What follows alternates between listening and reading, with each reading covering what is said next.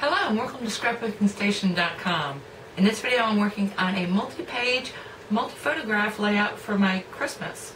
But this layout design is applicable whenever you've got gift giving and lots of pictures. So bridal showers, baby showers, birthdays, and of course Christmas. Now I'm not going to focus on piecing together a lot of layouts. Instead, each focal embellishment will use a different technique, and that's what I'm going to demonstrate. So it's great if you, for any layout that you're scrapbooking, but also for focal points on your greeting cards.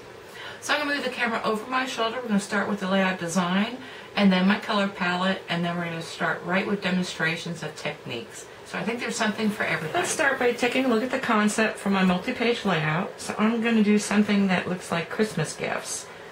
And so for each page I've got a 12 by 12 background color, and then I'm going to create these ribbon arrangements out of patterned paper and solids. And then for each of the pages I'm going to include a large focal embellishment that I'm going to use a fun technique, and this technique's going to be different on each page. And then included in that, of course, every Christmas gift has a tag, and these tags are going to be used for my journaling.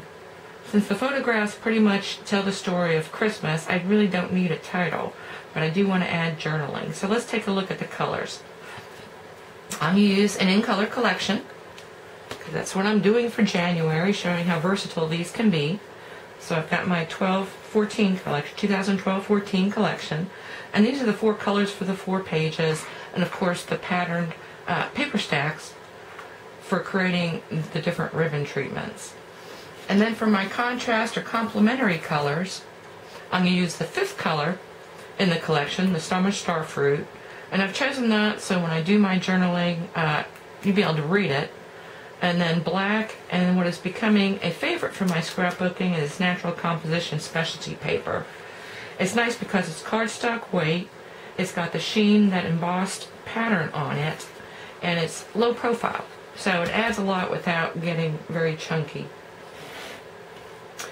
And then besides that, other consistency across the different pages is I've got these flourish die cuts, which I'm going to use, and these are no longer available, but anytime you can get a die cut that's multi-purpose and generic like this, it's great, because these are going to be pieced together or out from the focal point. And of course, if you're using a solid color, you've actually not got 4 die cuts, but if you flip it, you've got the mirror image that you can use to piece these together as well. And then I'm probably going to introduce some of these corners, and these are architectural accents to highlight some of my larger main photographs. And then lastly, stamp set I'm picking as bells and walls, because a lot of my techniques I need outline stamps. But I'm not actually going to put anything together. I'm just going to show you the finished layouts and then do some demonstrating of the different techniques for the main focal image. So let's get started right away looking at layout number 1. Alrighty, I had to come back because I'm already going to violate the first rule for my video. Originally I was just going to show you the techniques for the focal embellishment, but since I'm going to use this on every page, and I told you this natural composition paper, I am just loving it. So I did this strip and trying to catch the light on it a little bit, and I just wanted to run through this technique really quickly. So I cut myself a little square, and what I'm going to do is daub on my Raspberry Ripple ink. So take that and just kind of willy-nilly. Now I'm going to let it sit for just a second, so I'm going to break away before I wipe this off. Once you let the ink dry onto the parts that are not embossed, I've got a dryer sheet just because I'm going to be using that as a technique. Go ahead and wipe off the excess, and this is going to be all that ink that's on the embossed sections.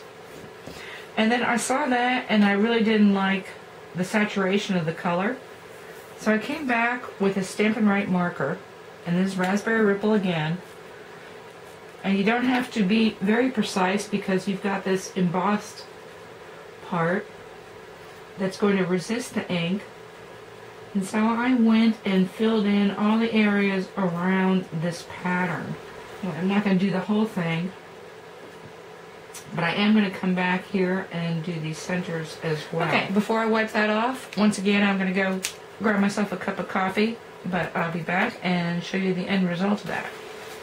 Okay, so I also grabbed a paper towel to make sure it wasn't the dryer sheet that was helping me out.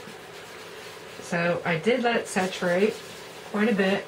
And the more precise you are actually about not getting ink on the embossed parts, the more defined the sections that you colored will be. But that is pretty.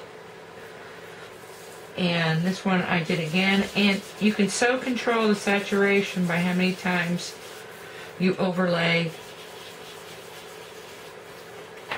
those sections. Oh, so pretty. Anyway, on to my pages. Hope you enjoy that little technique. Give it a shot. So here's the first page in our multi-page layout, and I just want to say that the first page always takes the longest and the hardest to do. But if you like it, then the rest of it all comes together very quickly, and I love it. So we're looking at my ribbon treatments, and I took those two photos just to show you that I do piece together my backgrounds because I want to save on whatever cardstock I can and pattern papers. So if it doesn't show, I try and not to use it, especially in a scrapbook page because you want to keep the profile down. So anyway, loving some of the consistency elements.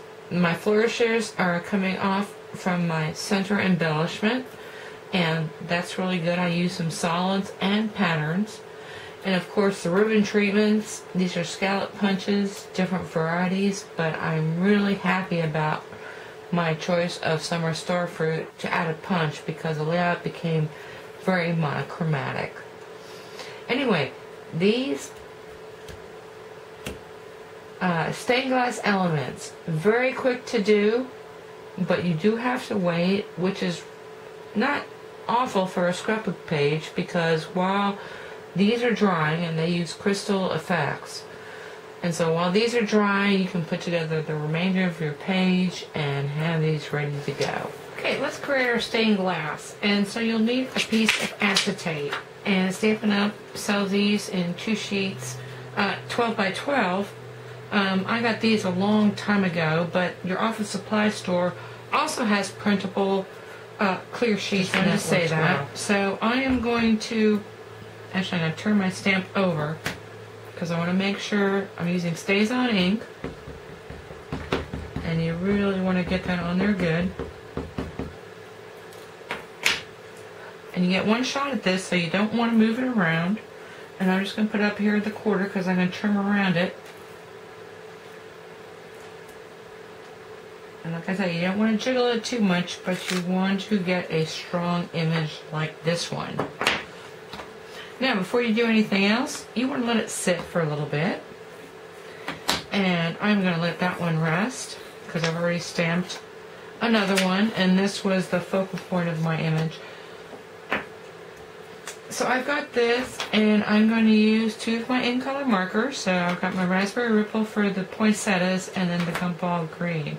And all you want to do is take your paintbrush side, and you're going to want to go all the way around, and willy-nilly again, and color in everything you want this color. And I'm going to go outside the lines a little bit because I know I'm going to trim this off, and I don't want to have to be exact on that, so kind of coordinate my ink. Anyway, I'm going to finish this, break away, and come back with the Gumball Green, and then we'll move on to the next. Okay, I've got all my poinsettias done, and now I'm just going to come back with my Gumball Green and fill in this greenery with that. And now I'm going to take my Crystal Effects, and I don't know how many times they've redesigned this tip, but I've always got to repuncture it with a safety pin or a sewing pin. So you come with your Crystal Effects, and you want to put this all over, but I stick color to color. You can see it's going to pull some of that ink, and that's going to help with this stained glass imagery. Anyway, now I'm going to put a scrap piece of paper down, and while this is still all wet, I'm going to lift that up. I'm going to grab my dazzling diamonds. I don't know why everyone always puts this in little tubs, but I like to work right on my container. The rest of that. And that you want to actually let dry for quite a while. And then when we come back, I'm going to flip that over. Or actually, I'm going to trim it out, flip it over, and you're going to see the final result. Other than the centers of my poinsettias, I got something else planned. So anyway, be back in a second.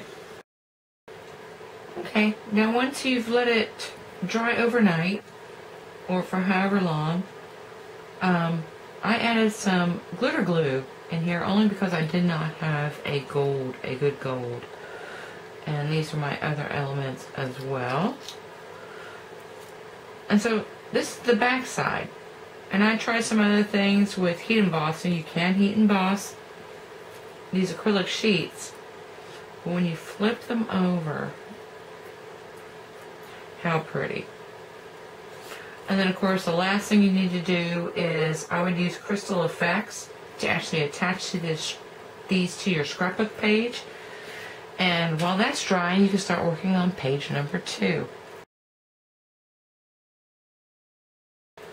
Okay, so the second page is done, and some simple housekeeping. I showed that photo because in this case, on this center strip, on this composition embossed paper, I didn't do the daubing. I just took my 2 Stampin' Write markers and colored in the different sections and still used a paper towel to wipe that off.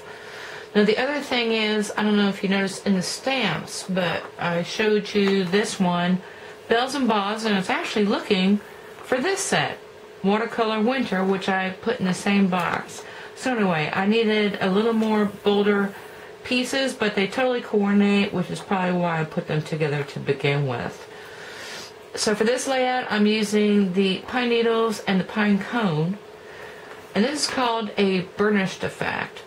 And so if I tilt this just a tad, you're going to see the light kind of shimmer off of that, and it goes from being a totally sparkly background to being able to see your inked images.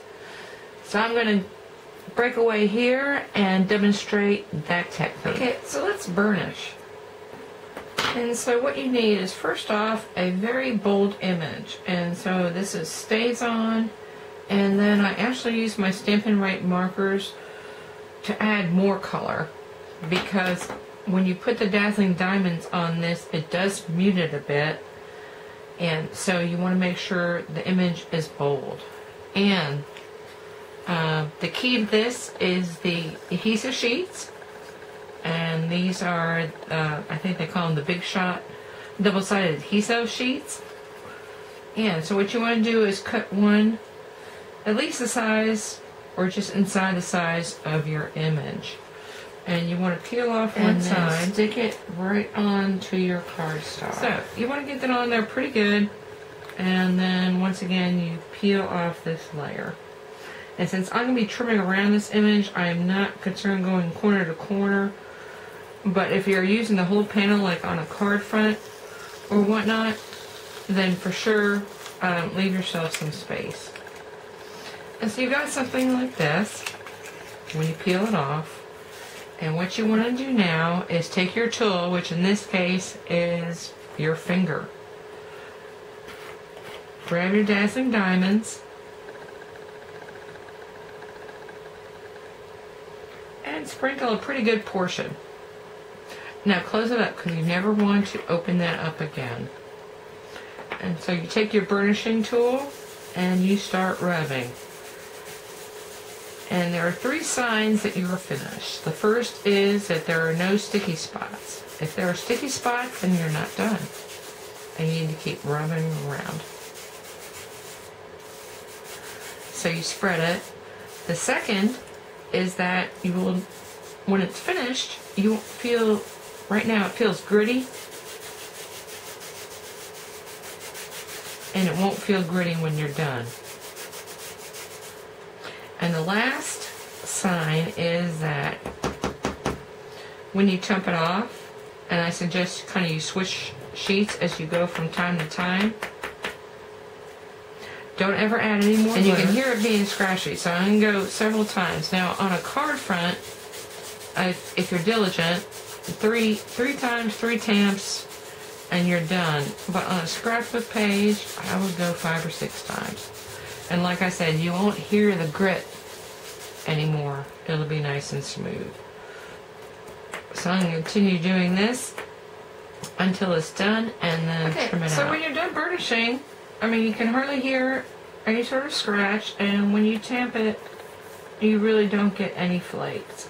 Now, for a card front, and if it's on white, I mean, white always works good, but I wanted to stick with my gumball green in this case. You can stamp on top of it. So I'm going to pull some more of my stays on, and I'm going to try and match where I've stamped before. Now, it doesn't need to be exactly, but this is the reason that I actually cut it first. Because I want a little more distinction of my stamp. So the finished piece looks something like this. And I did toss in a couple of my chocolate chip marker. But kind of let the gumball green to speak for itself with that stays on. So that's ready to go. And then of course I always like to create a couple extra embellishments just in case. And so I took my summer starfruit paper, stamped, and then just put some dazzling diamonds on here using heat embossing. Now remember, dazzling diamonds is a glitter, and it does not stick by itself. And so you need some heat and stick powder and a Versamarker. So putting that exactly where I want to. And then you just stack it on your layout, and you're ready to go. Okay, we're ready to move on to page number 3. Okay, here's the finished third page of the layout. And so first we're going to talk about my center strip for the border. So I'm still playing with that natural composition paper, and all I've done this time is I stamped it first using my cheesecloth background stamp, and then pulled that ink off with the blender pen into the centers, into the center pattern. Took a Q-tip and pulled off the rest of the ink off the embossed portion, and then colored in the center images with a Stampin' Right marker. So really pretty, just another way to play with that. The flourishes for this page I used as a treatment on this corner. Anytime you've got a delicate, solid die cut, it looks really pretty on pattern paper and very striking.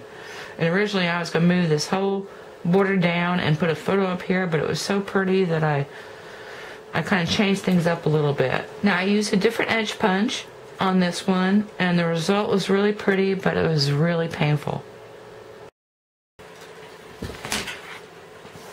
You gotta be freaking kidding me.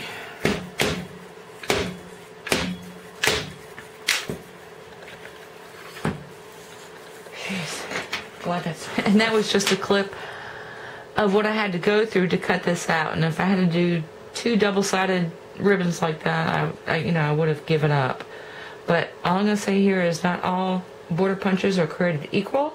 I've never had that same problem with Stampin' Up! Products. Okay, I just want to spend a couple seconds talking about these corner treatments and this tag.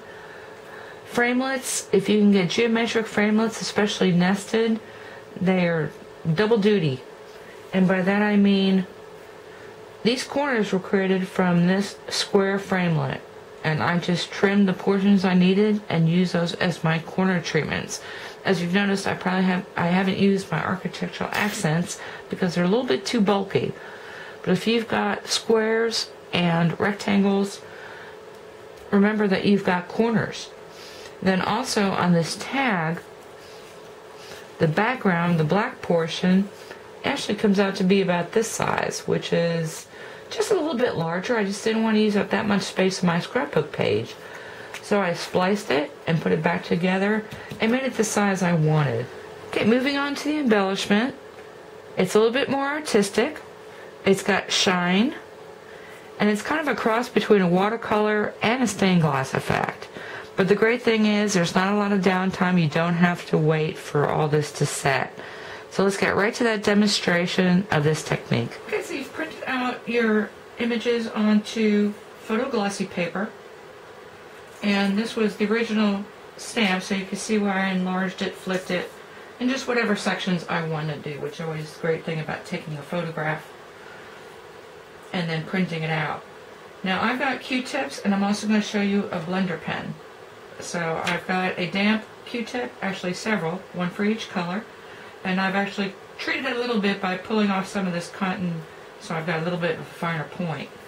Now printer paper, photo paper is not created equal, but it doesn't hurt to try and pull some of this printer ink off. So you just want to go around into some of these areas that have an awful lot of this printer ink and try and pull some of that off, and you can see where it's coming off on the Q-tip. And I finished taking off pretty much everything I'm going to take off. And so now you want to take your damp Q-tip, and I'm going to start with the bells and the blue, and you just want to pull some of your ink onto the Q-tip, and first go into the colors that don't have the printer ink, and this way you get a more true, in this case, and blue. For each, of course, for each color you want to do a different Q-tip. So I'm going to continue to go around and once you have those sections colored, you really don't want to pull any more ink. Go ahead and smudge over the printer ink portions, and that's going to blend really nicely. In this case it works really well because it almost makes the bell look a little more metallic.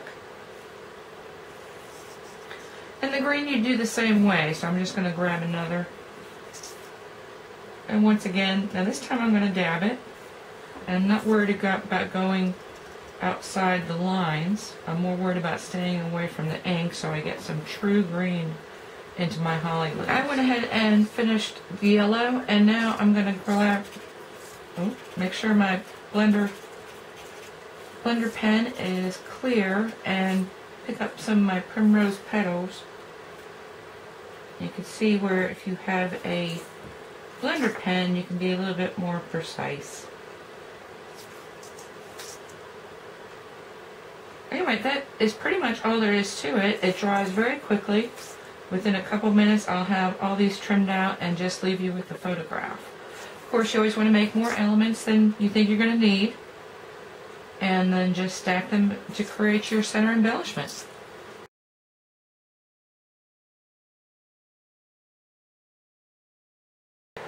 Okay, so here we are on the last page of the layout. So this is page 4, and first off, the center strip was stamped with Stays On. So I didn't have to worry about the ink smudging. So I came across with my dauber and the primrose petals, and then followed up with my Stampin' Write marker to saturate the portions I wanted. Now the borders and also the corner treatment, since I have a border punch and the coordinating corner. So that was used on my photos as well as the mat as well as my ribbon treatment. And then I wanted to talk about these die cuts a little bit. I did give credit to, this is a Spellbinder's Nestabilities, and this is the circle. On the last page we looked at a square and rectangle. But these are really great. The thing is, you have to remember to use wax paper in between your cardstock and the metal frame. And if you're careful when you pull the wax paper out, you can actually use those as elements on your scrapbook page. Now the flourish this time was pattern paper on top of solid, and then I used my leftovers for this embellishment to also die cut these ones in almost a copper color, as well as these little heart charms. These are actually just punched cardstock and then linked together on copper rings, and those rings I make myself. It's a 3/16 circle 20 gauge round copper wire. Okay, let's get right to this embellishment, and I'm going to take you there right now with demonstration. And after that, I will be back with types and loose ends. For this technique, you're going to need embossing paste, and this is by Dreamweaver Stencils, and you can get this from off of Amazon.com, and I'm going to use the metallic gold. Now I've used this before in my Say Thanks card, so if you want to see it again. And it's kind of the consistency of cream makeup. The other thing you're going to need is a straight edge and then something to get this out of the jar, and of course a piece of cardstock quite a bit larger than your stamped image. In this case I'm going to use the holly. So you want to grab some of this, pretty good portion, and get it on there.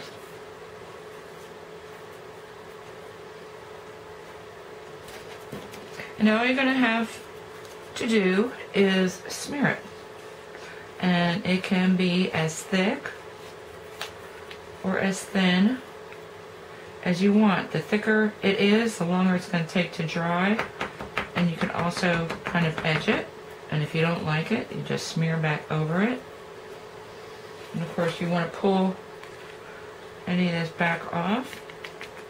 Like I said, you've got plenty of time to get this background how you want it. So I just want to make sure I go far enough along and maybe scar it up a little bit. And once you get it how you like it, you just want to let it sit and dry. And once it's dry, it's going to look like this. And this does not come off. So it's perfect for heat embossing. So I'm going to take my stand, my Versamark.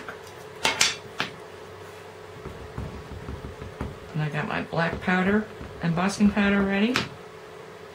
And I just want to make sure that's on there good. Give it a good stamp.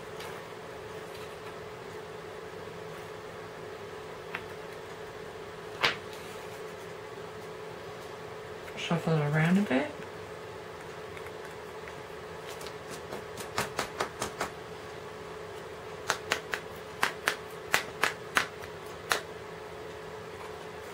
And I'm actually going to take a Q-tip and come around here and draw off some of that dust around this image and go heat emboss it. So I'll be right back. Once you finish your heat embossing, what you do next is take your Stampin' Write markers, actually the paintbrush side, and just color in. So I'm going to go around and once you have it how you like it, you're ready to take your framelit and bring it over your Big Shot. I position it however you want this image to be finished. Now of course you could go around the whole image. I chose to just take out a portion. And then you're left with something like this. And so I've got this image. Now I've got a series of nested framelits, and this is going to be my back image. And when I put this on here, I decided I want to introduce my primrose petals again. And actually I was going to take a piece like this and just hand trim around it, but if I can avoid hand trimming, I always do. Kind of similar to the photo corners, this is what that stamp framelit looks like. And if I just take my paper snips and cut off